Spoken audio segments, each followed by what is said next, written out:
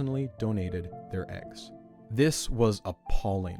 Coercing a subordinate to undergo an incredibly risky medical procedure is, I cannot stress this enough, reprehensible, a complete violation of ethical boundaries, a practice that had been banned for years by the internationally recognized Declaration of Helsinki.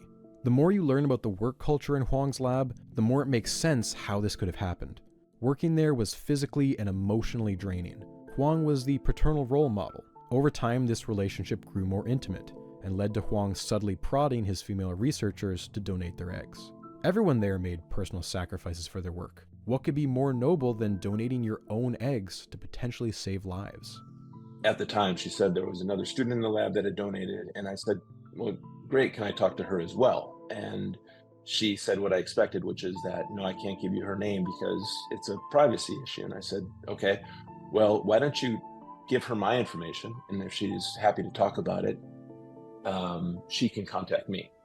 And so 30 minutes after I hung up the phone on the first conversation, she called back and very panicked said, everything I told you was not true. It was just a story I heard from someone else. It's not what happened. So please forget about it. And I assume what happened was that she did, as I asked, give the message to the other student. At some point during that process, she was informed that she shouldn't be talking to a journalist about this. It was interesting because she was very proud of, when she talked to me, she was very proud of what she'd done. She didn't think it was anything to be hidden. And so I think it was probably shocking for her when all of a sudden people were saying, wait, you can't tell people about this.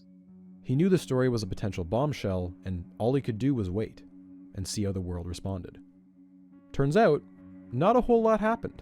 Huang responded immediately to the Nature article. Quote, "Nature's claim is totally groundless. I swear none of my students donated eggs for the research. For some reason, the journal is trying to undermine our study. If I force some graduate students to donate eggs, it might arise a very big social problem in Korea. If the accident will come out, it may fail me forever." He actually said that some students did offer to donate their eggs, but he refused them. He offered no evidence for his side of the story, citing patient confidentiality, only mentioning that he checked the informed consent forms of the 16 donors, and his students' names were not among them. Now, on the one hand, Huang is right to protect the identity of the egg donors, but why should that prevent a review board from performing an investigation with the proper confidentiality? This very well could have and should have been done, but never took place. Pak Ki-young, the presidential advisor we met previously, took it upon herself to shut down any possibility of an investigation, stating that all the ethical issues had already been settled when Dr. Huang published the paper in Science. Again, a statement backed up with no hard proof. But that was basically the end of the story in South Korea. After the first paper, it had an impact in the sense that it started a lot of conversations. And within Korea, there are a lot of people that were bioethicists, feminist groups that had already been opposing Huang's research. So they took it and tried to amplify the message of it.